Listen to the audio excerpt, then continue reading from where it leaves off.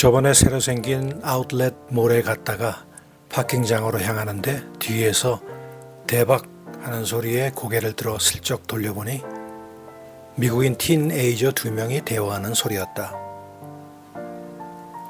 또 한 번은 프리웨이 입구 진입로 앞에서 대기 중 구걸하는 노숙자가 측은히 보여 5불짜리 한 장을 건네주었더니 감사합니다 라고 또렷하게 말한다. 월남집에서 포를 시키면서 스프를 뜨겁게 해달라고 했더니 씩 웃으면서 빨리빨리? 라고 조크를 한다. 내가 미국에 산 지 40년이 넘었다. 그동안 스시, 사무라이, 닌자, 이라샤이 라는 말은 꽤 많이 들어보았어도 내 면전에서 이렇게 한국말들이 사용되는 것을 요즘처럼 자주 경험한 적은 없다. 그리고 위에서 열기한 일본어 단어들은 주로 미국의 중장년층이 가끔 사용하는 말이다. 그러나 요즘 들리는 한국어 단어들은 주로 틴에이저들이나 젊은 청년층에서 유행하는 말이다. 실제 생활에서의 한국어 사용은 매우 제한적일 것이다. 그러나 젊은이들이 교통하는 인터넷에 들어가 보면 상황은 전혀 다르게 진행되고 있다. 동남아권에선 다음에 7가지 단어들이 자연스럽게 쓰인다고 하는데 대부분 사용자들은 이 단어들이 어디서 파생되었는지조차 모르고 그냥 친구들이 쓰니까 자기들도 쓴다고 한다. 주목할 것은 학교에서나 사회교재에서 이런 말들을 사용 못하거나 못 알아들으면 마치 동떨어진 시대에 사는 사람같이 그리고 트렌디하지 못한 사람같이 취급을 받기에 젊은이들과 서비스업에 종사하는 사람들은 필히 사용한다고 하는데 그 7가지는 다음과 같다. 대박, 안녕, 감사합니다, 어머, 미안해, 빨리빨리, 가자.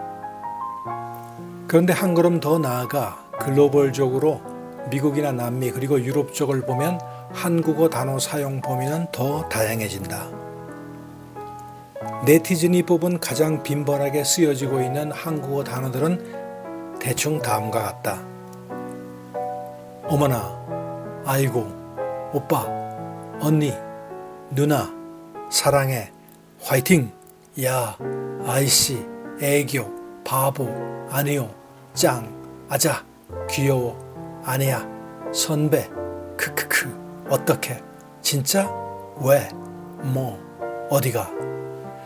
그러니까 미국인들이 가족들이나 친구들에게 뭔가를 보여줄 때 짠 하듯이 즐겨 쓰는 발라라는 프랑스어를 써야 뭔가 어감이 와닿고 클래시해 보이고 트렌디하게 보이듯이 이제는 세계인들이 이런 한국어를 가지고 오마이갓 대신에 아이고를 즐겨 쓰기도 한다는 것이다. 빨리빨리가 이미 서비스 업계에선 매직 월드 같이 이미 오래전부터 쓰이고 있었고 한국 드라마에 젖어있는 세계 젊은이들이 데이트하면서 사랑해, 어디가, 가자, 왜 등은 물론이고 여친 보고 귀여워 라고 말하고 여친은 남친 보고 진짜? 라고 대답하는 것이 현실이라고 한다. 직장에서도 선배나 후배라는 단어를 사용하기도 하고 연인들 간의 오빠는 언니와 누나 그리고 형과 더불어 이제는 기본이 된다. 어떨 땐 외국인들이 우리들보다 더 많이 한국어를 아는 듯 하기도 하다. 저번에 유튜브 동영상을 제목을 보니 MUKBANG라고 쓰여 있길래 처음엔 독일어인 줄 알았다. 발음이 무크방? 강한 느낌의 뭔가 신조어인가 하고 내용을 살펴보니 먹방이라는 단어가 어느새 세계인의 공용어가 되어 있었다. 전에도 말했는데 화장품 업계에선 살에 잘 흡수가 되고 수분 유지가 탁월한 상태를 CHOK, 즉 촉촉이라는 단어로 쓰고 있다고 한다. 그 단어를 써야만 그 원래의 뜻이 제대로 전달된다고 한다. 좀 거시기한 말인데 나쁜 쪽으로도 쓰이는 모양이다. 깡패들이 영어로 F-words를 사용하다가 요즘은 가끔 한국말 C 라는 단어를 사용하기 시작했는데 그 억양이 F보다는 S가 강하게 그리고 트렌디하게 들리는 모양이다. 하여간 특이한 현상이다. 세계에서 가장 많이 쓰이는 언어를 보면 당연히 인구가 많은 나라가 탑에 속할 것이다. 참고로 한국은 인구로 보면 세계 27위밖에 안 된다. 그런데 많이 쓰이는 언어로 보면 12위라고 한다. 이것은 13위인 독일어와 14위인 프랑스어를 능가하는 통계다. 요즘은 세계 각국의 학교에서 한국어과를 신설하는 학교가 기하급수적으로 증가한다고 한다. 참고로 세계에서 가장 유명한 외국어 학습 애플리케이션인 듀오링고는 이러한 분위기를 반영해서인지 작년 한국어 과정을 만들었고 20만 명의 가입자를 끌어들였다고 한다. 아무쪼록 애국이란 총을 들고 적을 무찔러야만 애국이 아니다.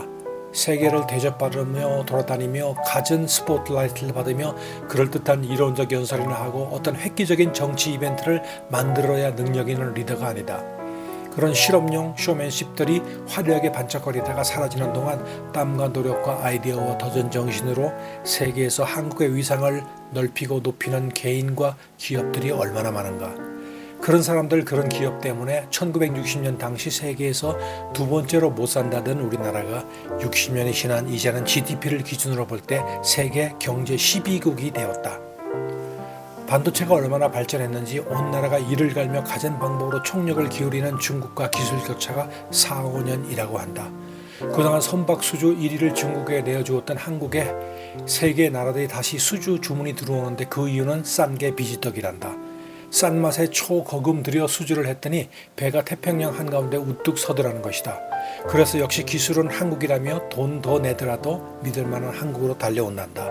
그래서 현재 한국 선박 수주가 다시 1위로 올라갔단다. 인도네시아는 일본과 중국이 아닌 한국에다가 기술 협력과 이전을 통해 자기 나라의 경제 기반을 이룩하고 싶다고 경제 요청을 해왔다고 한다. 무서운 얘기지만 미국의 코스코나 하물며 스타벅스에도 한국의 김이 스낵으로 불티나듯 팔리고 있다. 일본, 중국산 김은 쳐주지도 않는다고 한다. 미국 어린애들 스낵이 바로 이 김이다. 라면은 이미 오래전에 세계 재패를 했다. 어느 누구도 감히 신라면을 넘보지 못한다. 미국 식품, 중국, 일본, 동남아 식품점에서도 한국 라면은 항상 제일 좋은 자리에 가장 넓은 스페이스에 매장되어 있다. TV, 세탁기, 밥솥, 냉장고 등등 다른 기술 품목은 얘기하지 않으련다. 이미 다 알고 있으니까. 이제는 한국이 문화 수출국이며 문화의 새 메카라고 아예 공공연하게 세계의 미디어들이 인정하고 말았다. 최민식이 주연하는 올드보이가 미국의 판권이 팔려 리메이크하면서 수많은 드라마, 예능 포맷이 미국과 유럽에 수출되고 있다. 넷플릭스는 아예 거금을 투자하여 한국 영화까지 만들고 있다. 전에는 동양인 배역이라도 미국인을 사용하였는데 이제는 동양인 배역에 많은 동양인, 특히 한국인들이 캐스팅되고 있고 킴스 컨비니언스 같은 시트콤은 주연 조연이 거의 한국인으로 시즌제로 굳건하게 자리 잡고 말았다. 그렇게 혈압 높이며 잡아먹듯이 덤비던 일본 우익의 디스에도 우리 BTS는 보란듯이 5만 명 운집 도쿄돔에서 신빨나게 콘서트를 성공적으로 마쳤다. 원폭 어쩌고저쩌고 하던 일본이 오히려 BTS에 대한 지명도와 관심도만 기하급수적으로 높여주었다. 아예 일본 아미들이 우리 BTS를 보호해주겠다며 똘똘 뭉쳐 BTS를 옹호하고 있다. 모든 것이 강압적으로 되는 것이 아니다. 모든 것이 힘으로만 되는 것이 아니다. 모든 것이 내 마음대로만 되는 것이 아니다. 모든 것이 쇼맨십으로 떠벌려야 이루어지는 것이 아니다. 조용히 그러나 끈질기게 열심히 성실히 하다 보면 자기도 모르게 인정받고 성공하는 게 인간사 그리고 정치사 팩트다. 정치 얘기는 안 하는 게 나의 팔로치라서 정치 얘기는 안 하겠다. 제발 까불지 말고 겸손하게 우리 생활이나 정치나 하나님 앞에서 두려운 듯이 그렇게 살자. 폴짝폴짝 티나게 고집부리며 나 도와준 친구 무시하고 나라 옥새 가졌다고 자기 마음대로 역사에 자기 행적을 남기고자 노력하는 정치인이 있는 모양인데 하나님이 훅 하면 진짜 훅 갈 수도 있다. 조심하고 겸손하고 주위의 말에 귀도 기울이고 자신을 버리고 희생하는 마음으로 살자. 나 아니면 안 된다가 아니라 나 없어도 다 되게 마련이다 라는 생각으로 나의 본분에 충실하자. 대한민국 정치권 빼고 화이팅! 아이고